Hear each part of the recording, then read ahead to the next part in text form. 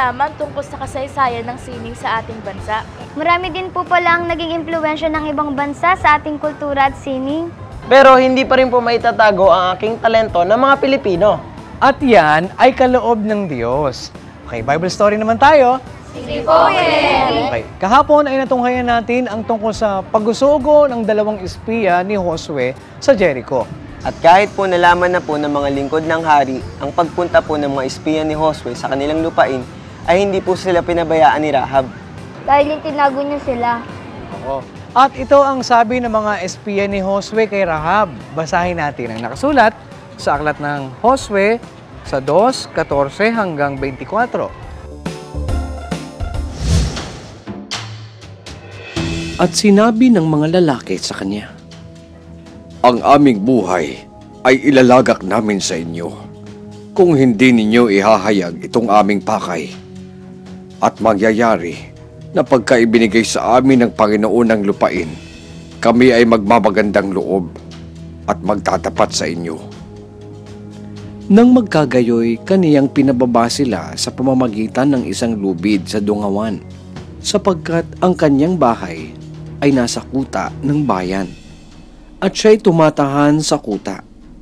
At sinabi niya sa kanila, "Pumaroon kayo sa bundok, baka kayo'y abutan ng mga habol sa inyo, at kayo'y magkubli roon na 3 araw, hanggang sa magsibalik ang mga habol, at pagkatapos ay makayayaon kayo ng inyong lakad." "Kami ay hindi magpapakasala sa sumpang ito na iyong ipinasumpa sa amin. Narito, pagka kami ay pumasok sa lupain, ay iyong itatali itong panaling pula sa dungawan na iyong pinagpababaan sa amin, at iyong pipisanin sa iyo sa loob ng bahay ang iyong ama, at ang iyong ina, at ang iyong mga kapatid, at ang buong sangbahayan ng iyong ama. At mangyayari na sino mang lalabas sa mga pintuan ng iyong bahay sa lansangan, ay mabububo sa kanyang ulo ang kanyang dugo, at hindi namin magiging kasalanan. At sino mang kasama mo sa bahay, ay mahuhulog sa aming ulo ang dugo niya kung may magbuhat sa kanya ng kamay. Ngunit kung iyong ihayag itong aming pakay, ay hindi namin ipagkakasala ang pagkapanumpa sa iyo na iyong ipinapanumpa sa amin." Ayon sa inyong mga salita, ay siya nawang mangyari. At kanyang pinapagpaalam sila, at sila'y yumaon. At kanyang itinali ang panaling pula sa dungawan. At sila'y yumaon, at naparoon sa bundok, at tumahan doon na 3 araw, hanggang sa nagbalik ang mga habol. At hinanap sila ng mga manghahabol sa lahat ng daan, ngunit hindi sila nasumpungan. Nang magkagayoy, nagsibalik ang 2 lalaki at bumaba sa bundok at tumawid at naparoon kay Josue na anak ni Nun, at kanilang isinaysay sa kanya ang lahat na nangyari sa kanila, at kanilang sinabi kay Josue, "Tunay na ibinigay ng Panginoon sa ating mga kamay ang buong lupain. At bukod dito'y nang liliit ang lahat na nananahan sa lupain sa harap natin." Bilang ganti, gagawan din po nila ng kabutihan ang ginawa sa kanila ni Rahab, basta hindi po ihahayag ang pakay nila sa Jericho. Sinunod po ni Rahab ang bilin ng mga espiya ni Josue, ang paglalagay po ng panaling pula sa dungawan. Oo. At maayos namang nakabalik ang mga espiya ni Josue. At isinaysay nila sa kanya lahat ng mga bagay na nangyari sa kanila. At bukas, God willing, atin namang matutunghayan ang naging tugon ni Josue sa sinabi ng kanyang mga espiya na inutusan niya. Abangan niyo yan, ha? Ang kasaysayan ng sining sa ating bansa ay isang katunayan na ang mga Pilipino ay mahilig sa sining. At hanggang ngayon ay patuloy pa rin nakikilala ang mga Pilipino sa larangang ito. At hindi lang ang mga Pilipino ang may ganyang kasaysayan, mga bata. Maging noong unang panahon na itala na yung mga nilikha ng Diyos ay mayroong talento. Eto, basahin natin ang nakasulat sa aklat ng Exodo sa 35 at 35. Sila'y kanyang pinuspos ng karunungan sa puso upang gumawa ng lahat na sari-saring gawa ng taga-ukit, at tagakatha, at ng mangbuburda sa kayong bughaw, at sa kulay ube, sa pula, at sa lino, at ng mga habi, ng mga gumagawa ng anumang gawain, at ng mga kumakatha ng maiinam na gawa. Makikita natin ang pag-iiba-iba ng sining sa ating panahon. Nagkaroon na ng maraming pagbabago sa sining na nakilala natin noong unang panahon.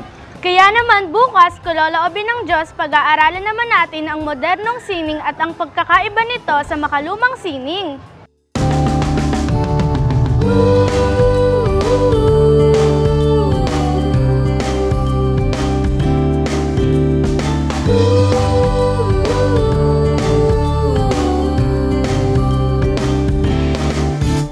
Ako'y may karapatan na marinig sa aking sasabihin. Ngunit may pananagutan ka ring makinig sa sasabihin ng iba.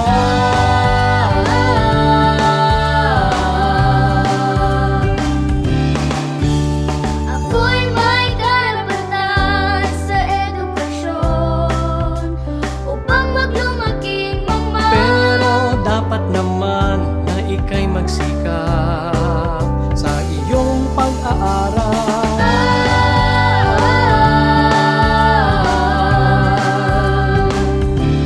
Karapatan ng mga bata ay dapat na igalang. Sila'y turuan upang sa paglaki huwag nilang hiwalayan ang mabuting daan.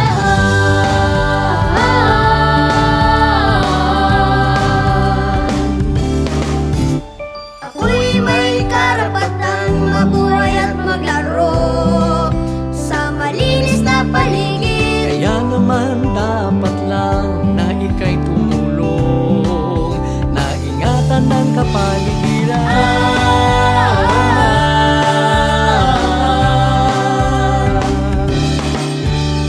Ako'y may karapatan sa kalusugan at maligtas sa panganib. Huwag mo ring kalilimutan na maingatan ang kapwa mo kabataan.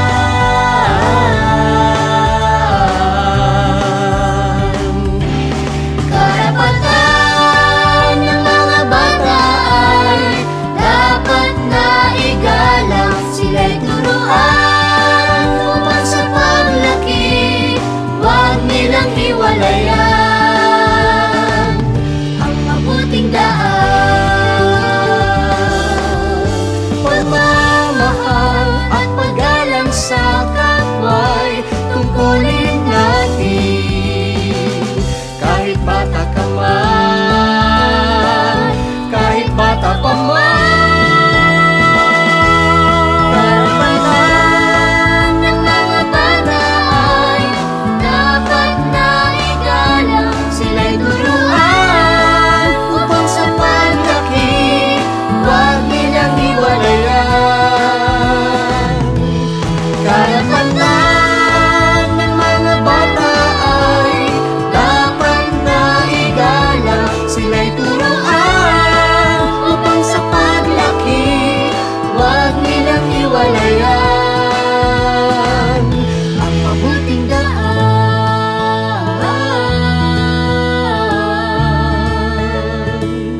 Ang mabuting daan. Hanggang dito mga bata, bukas, God willing, ay muli tayong magkita-kita. Dito lang sa nag-iisang Bible School on Air, ang KNC Show! Sa KNC Show, we'll teach us while we grow. Sa tulong ng ating Diyos Ama, isipan ay magliliwanag. The KNC Show, we'll teach us while we grow. Sa tulong ng ating Diyos Ama, isipan ay magliliwanag na.